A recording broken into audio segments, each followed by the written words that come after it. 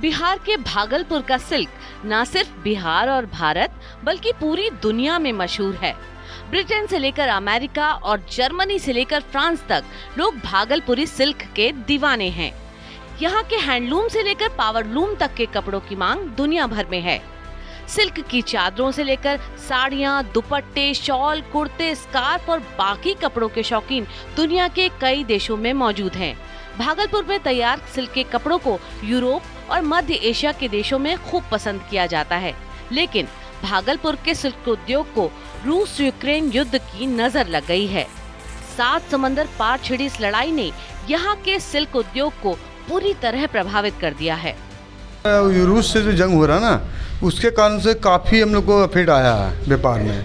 और पहले आज से 2 महीना कबल जो कुछ सही था, आज के डेट में हम लोग को इतना है कि लेबर को पैसा देना मुश्किल हो रहा, माल काफ़ी जमा हो गया।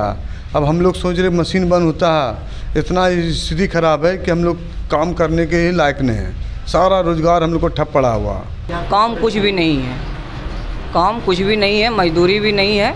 ये हमारा रॉकेट का आइटम है, वो दुपट्टा है, ये थान है, शर्ट वगैरह बनता है, कुर्ता वगैरह बनता है, लेकिन इस कपड़े का भी कुछ भी वैल्यू नहीं है। रूस यूक्रेन के युद्ध के बाद से कुछ भी वैल्यू नहीं है, मजदूरी भी नहीं है, काम भी नहीं है। हम लोग रात दिन मेहनत करते हैं, लेकिन फिर भी हम लोग का जो है यानी कि क्या बोलते हैं, खर्चा नहीं निकल पाता है। कहाँ कहाँ माल जाता था? हम लोग का माल जो है यहाँ सूरत जाता था, गुजरात जाता था, यहाँ से वहाँ से फिर बड़े मंडी जो है सप्लाई होता था। अभी भागलपुर के मंडी में भी हम लोग का माल जाता है, लेकिन बहुत परेशानी है, माल की बिक्री नहीं है, वैल्यू घट गई है, बहुत सारी दिक्कतें आ रही है। और हमारा माल विदेश भी जाता था, लेकिन रूस यूक्रेन के युद्ध के बाद से सारा एक्सपोर्ट ट्रांसपोर्ट ही बंद हो गया है। अब आलम यह है, जो कल तक देश और दुनिया के अलग अलग कोनों में अपने सिल्क प्रोडक्ट भेजते थे, वो आज खुद दूसरे शहर जाकर मजदूरी करने को मजबूर हैं। जी सर, यहाँ काम नहीं होने की वजह से माल की दिक्कत है, कमाई नहीं है, मजदूरी नहीं है, जिसके वजह से हम लोग को जो है शहर के तरफ, बड़े शहरों की तरफ पलायन करना पड़ रहा है। भागलपुर के सिल्क उद्योग को वहाँ से हजारों मील दूर होने वाली इस लड़ाई के ऐसे असर का अंदाजा कतई नहीं था, लेकिन अब जब युद्ध के 9 महीने से ज्यादा समय बीत चुका है, तो इस व्यवसाय की कमर टूट चुकी है। यहाँ के बने सिल्क उत्पाद रूस और यूक्रेन भी जाते थे। युद्ध की वजह से वहाँ तो सप्लाई रुक ही गई, आस पड़ोस के देशों और खासतौर पर खाड़ी मुल्कों में भी मांग कम पड़ गई है। यहाँ तक कि पहले से जो ऑर्डर थे, उसका भी एक बड़ा हिस्सा कैंसिल कर दिया है। अब लाखों करोड़ों का माल महीनों से गोदाम और दुकानों में पड़ा है।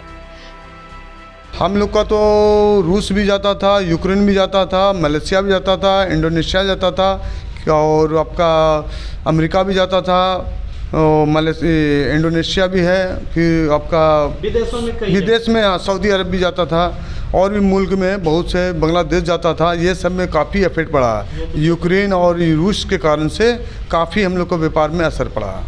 अब ऐसा है कि हम लोग जो है कल के बारे में सोचना पड़ता है कि कल कैसे मशीन चलेगा, उसके बारे में।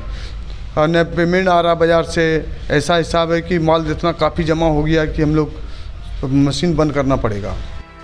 सबसे बुरा हाल उन कारीगरों का है जो हर रोज अपने हाथों के हुनर से सिल्क को खूबसूरत रंग देते थे। मोहम्मद वारिस अंसारी हर रोज करीब 50 किलोमीटर चल कर आते हैं। वारिस अंसारी कहते हैं कि दिन भर भी काम करने के बाद घर में खाने के लाले पड़े हैं।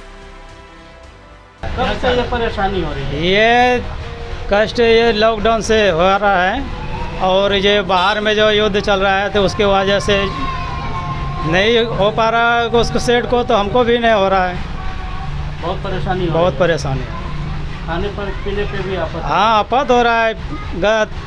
ये सब कपड़ा वपड़ा कुछ दे नहीं पाते हैं, बच्चों को पढ़ा नहीं पाते हैं, एडमिशन नहीं करवा पाते हैं। बहुत अंतर है, अभी बहुत डाउन चल रहा है, रोज़गार नहीं है, बहुत असर पड़ा रोज़गार पर, काम नहीं मिलता। हम लोग तो मजदूरा दूसरे महाजन से ला के काम करते हैं।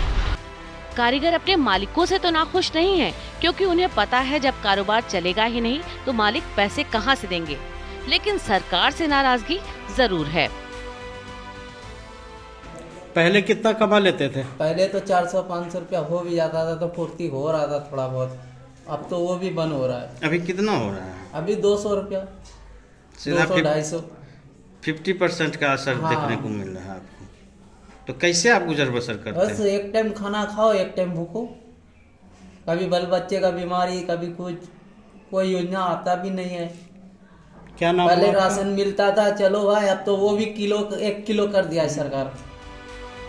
बुनकर कारोबारी मोहम्मद अशफाक उर्फ सोनू भी सरकार की उदासीनता से नाराज हैं।